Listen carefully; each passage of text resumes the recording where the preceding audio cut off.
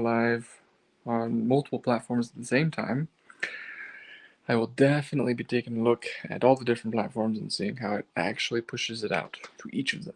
It's going to be interesting. But today, actually last night, I was talking with my wife about weaknesses. And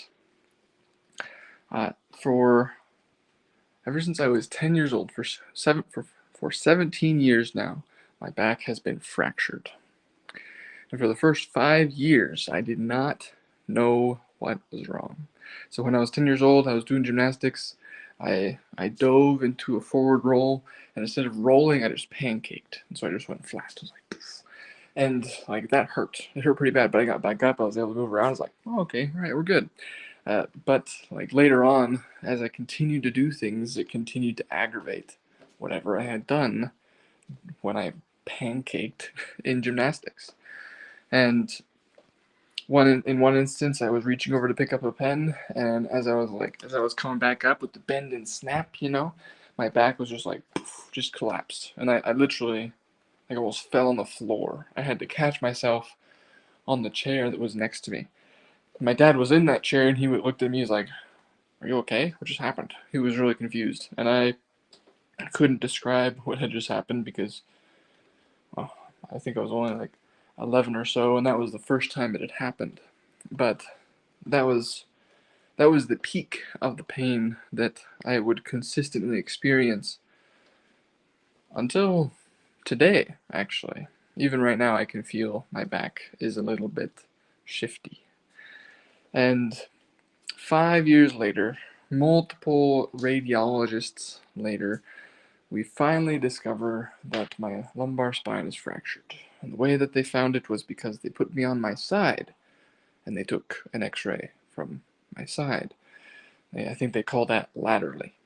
And none of the other radiologists had decided to do this. But apparently, if you took the x-ray from the front, you couldn't see the fracture. But if you took it from the side, you could see the fracture. So I finally figured out that my L2 is now an L2 and an L2.5. It's fractured all along the middle, so now I have two vertebrae instead of one.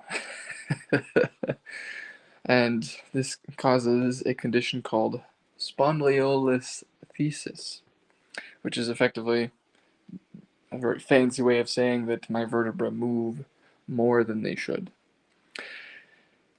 And, I mean, leading up to this discovery, I finally started going to physical therapy because, like, okay, if another radiologist can find out what's wrong, I know there's something wrong, so I'm just going to do whatever I can to fix it.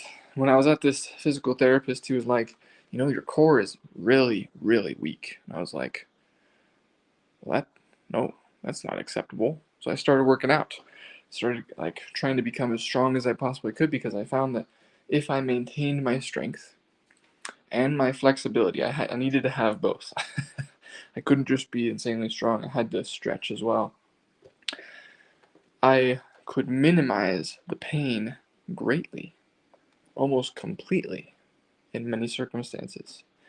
And when I discovered that I had spondylolisthesis, I hope I'm saying that right, I already knew what was working, but now I just knew precisely where to focus my efforts and attention. And thus, my weakness has become my superpower because I have been working out consistently since I was 13 years old. There are not very many people on this planet who can say that, I think.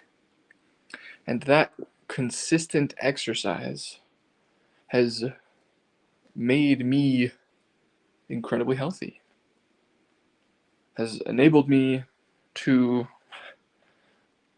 in spite of my injury, do many things that I wouldn't be able to do otherwise.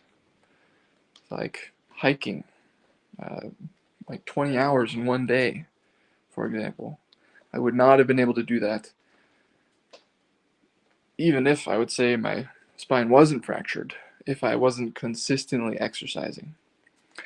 And so my weakness, because I decided to face it and face the anger and the frustration and the sadness or depression that it caused has turned into my own superpower. Especially the moment that I figured out what was wrong. Because now I know what's wrong. I have more knowledge. That doesn't necessarily mean that what I was doing changed, but now it just means that I'm aware. I have clarity. And so my question to you is, what are your superpowers? Or what superpowers are you building today? Because every hardship that we face, again, if we choose to face it, honor the struggle that it brings into our lives, every single one of those is an opportunity to build a superpower in ourselves. So, what's your superpower? What superpower are you building right now? Because we all have them, and we're all building them. Thank you so much for hopping in today. I really appreciate it. If you're watching this, again, I'm using a new software. I'm curious to see how it'll work. I'm going to hop off and go and check all the different social medias and see how it worked. Because I'm genuinely curious. But again, thank you so much for joining. Find your superpower. Build it. Help it grow. And turn each of those weaknesses into strengths. Superhuman strengths that you can use to overcome the challenges and the enemies that lie in front of you.